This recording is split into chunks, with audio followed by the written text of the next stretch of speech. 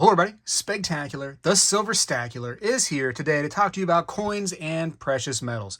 Sorry if you were watching women's volleyball and this came on, but apparently YouTube thinks that you have an interest in coins, and I hope that you do. Listen, prices have been coming down on precious metals. No secret out there, we know that. One thing you've never heard on my channel is me complaining when prices come down. But wait, Spegtacular, you have precious metals. Why don't you care? Because I like to buy more when the price comes down. And I have a different kind of strategy than other people do, even though it's not unique by any means, because some people have my strategy too. They have my belief system. And I want to talk about that, how you can still do well when prices are coming down when it comes to precious metals, and then how you could still do well when that price comes back up. We're going to talk about a little bit of how to sell and things like that right now on this video. Well, hello everybody. I seek to educate and entertain through my journey of collecting coins and stacking precious metals. I encourage you to subscribe and please stay with me on this journey. I am Spegtacular, the Silverstacular. First of all, you can see I'm wearing my ring of power. No, I'm not invisible this time because it is a fake ring. The real ring would make me invisible and ultimately powerful. If you're not watching that new series on Amazon Prime, The Ring of Power, I tell you what, that is a good one. I was actually very surprised. So check that out if you are a Lord of the Rings fan. Anyways, that's all about that. Precious metals coming down, people panicking a little bit, you know. This is when you start to see the comments in the comment section of people going like, oh, silver's going to $8, silver's finally going to zero, et cetera, et cetera. You know, it creates a little panic. People want to be right. People want to say, haha, I told you so. Silver was a wasted investment. People love that. And then when it comes up, people are saying, you know, like, oh, just wait, because what's going to happen here soon. Nobody really knows what's going to happen with the market. Nobody out there at all. It's a best guessed situation all the time, right? You're just guessing all the time. No matter how, YouTube famous somebody is, they're just guessing. I promise you. If somebody says it's going to $1,000 an ounce, run, right? Anyways, I have some coins and some precious metals here separated a little bit. I have stuff that is more collectible here up top, as you can see, a poured silver bar by yours truly, and some other little, just fancy little collectible. Here's actually a coin right here. It has some milk spots on it now, son of a gun. And just some collectible odds and ends. And then I have stuff that is more numismatic based down here, and actually also just plain old bullion / numismatic, semi-numismatic, if you will. And I have things like, Morgan dollars right here that actually has a little dink at it right there. Just as a cull or a kind of a beat up Morgan dollar, not worth more than just the silver in it. If you ask me, it has a little bit of a classical neatness to it because it is a Morgan dollar, but it's also highly damaged. I mean, I wouldn't sell that as a coin anymore. And some worn out peace dollars and just some other things. This thing right here, this is so ugly. Oh, who buys those things? I know some people do, but please don't buy one for me for my birthday, please. Even though the birthday's passed. Next year, don't buy me one. But when it comes time to selling, let's talk about that for a minute, right? Because eventually maybe you do that, maybe you don't. But it's something you could always think about. Whether you're going to sell or not, it's something that could be on your mind just in case, right?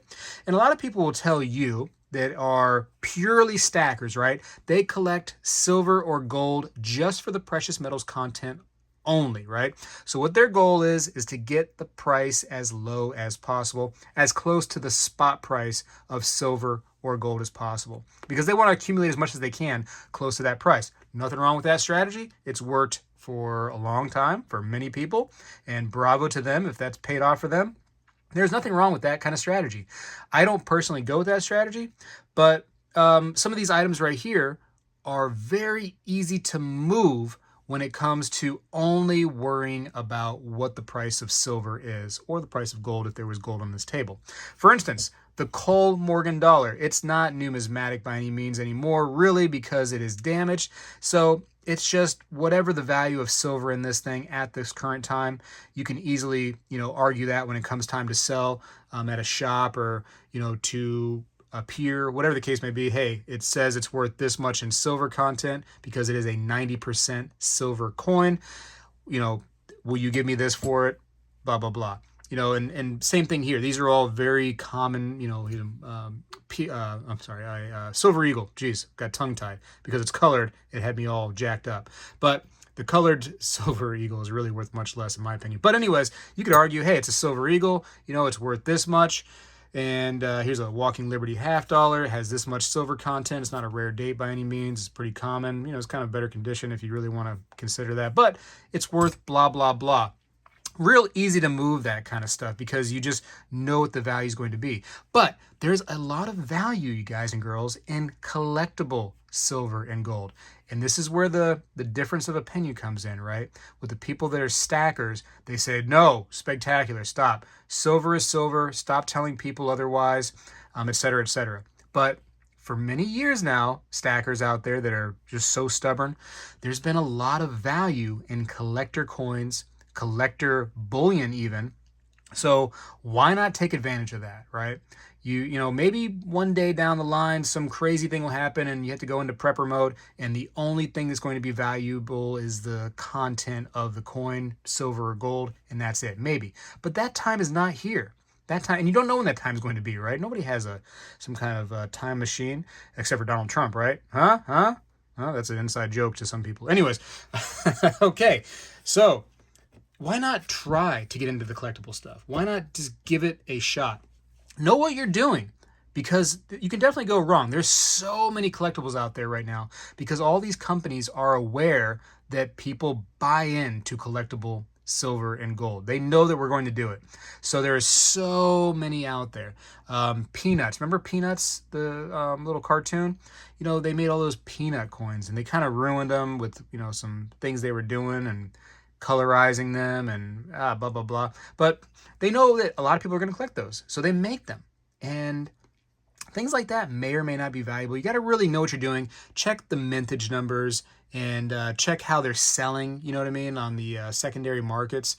Look for those kind of things. But there's a lot of money in that kind of stuff. Many times on my channel, I will mention to you guys and girls like, hey, and I'm going to use the newest coin that came out that I was into, was the Black Flag coin, the pirate coin. I said, listen, this is a good one. If you can get it at a decent price, guaranteed you're going to be able to make money on this thing right off the bat.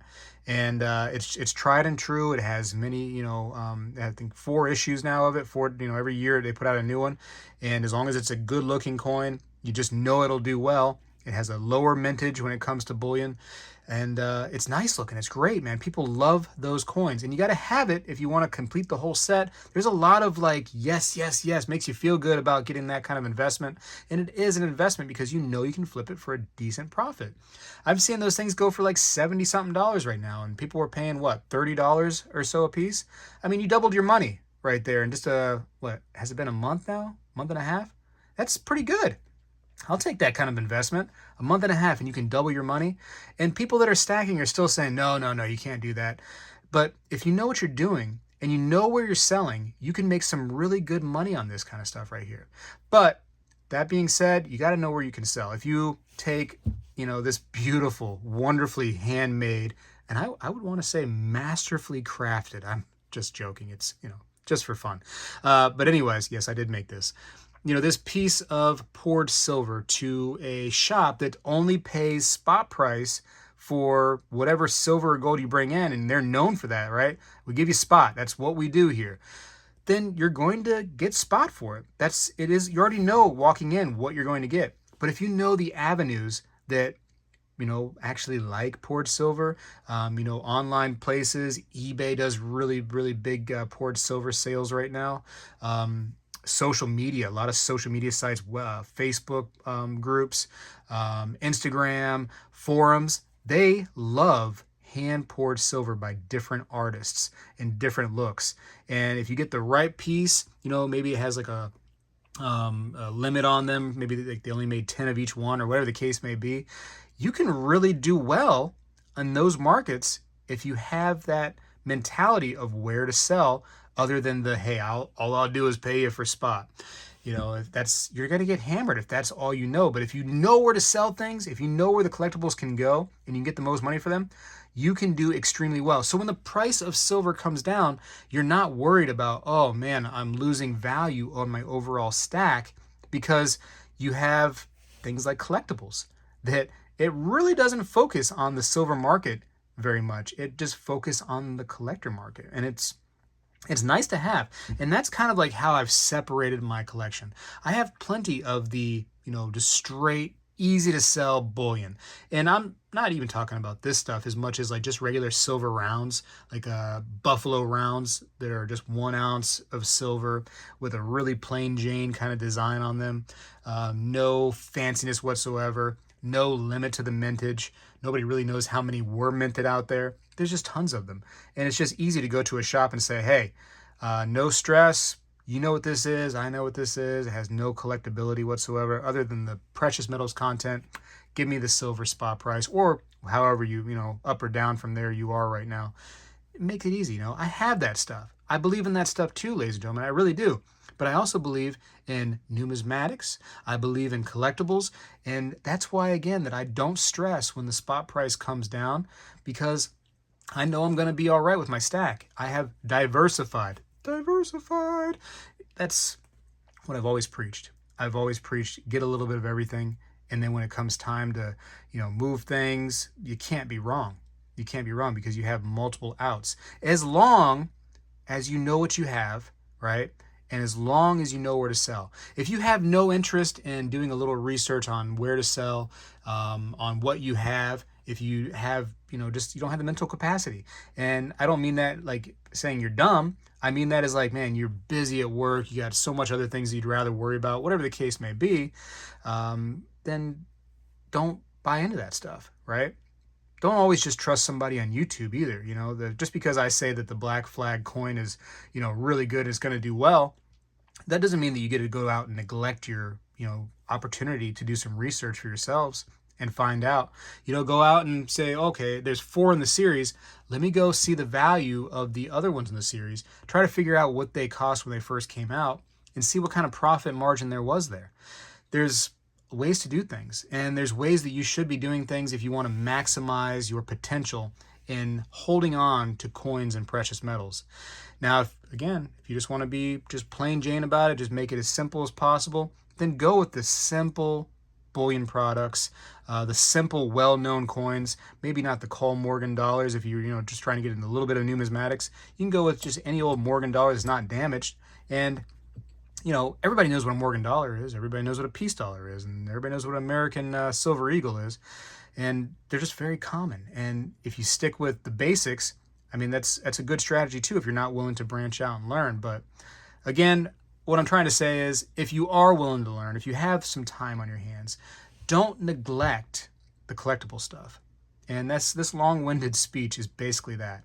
If you have time to do some research, don't look past it. Don't look past it. Something hits your eye and it's really pretty. It seems like it's a good deal. Somebody else out there has to have that same feeling, right? I've often said that you're not special. Somebody else thinks just like you.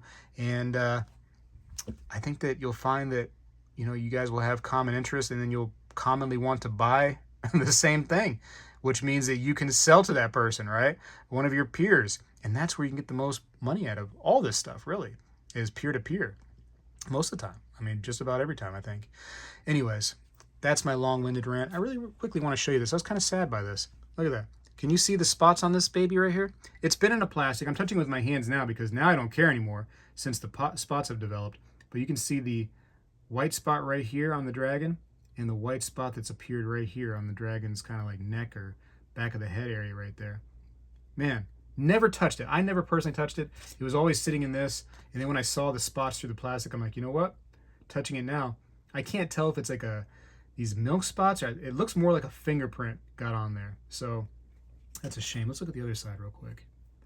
And it is a coin too, which, these are cool coins, these little rectangular coins. But to me now, this is in this pile. It's regular bullion product. It's no longer collectible because somebody else is going to see that and they're going to be like, well, I don't want that one.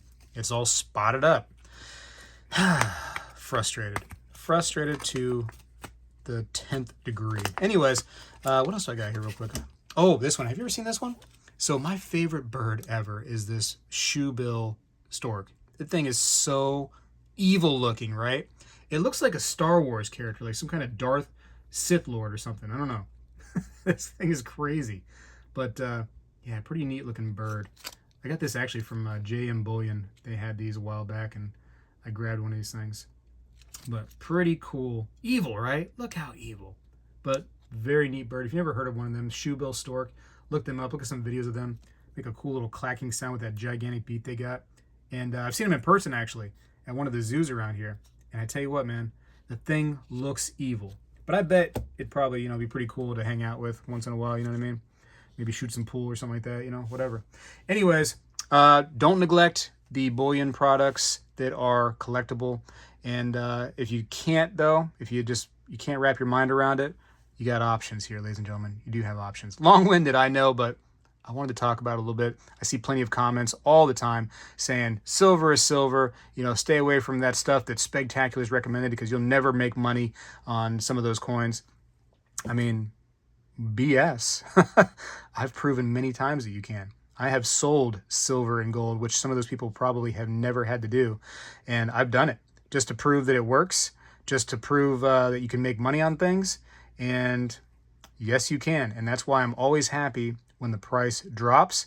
And I'm not, you know, sad when the price increases too. It makes me feel kind of good inside. You know, I wish it was down, but yeah, diversify. I got to go for now. Appreciate you for watching. Spegtacular is out.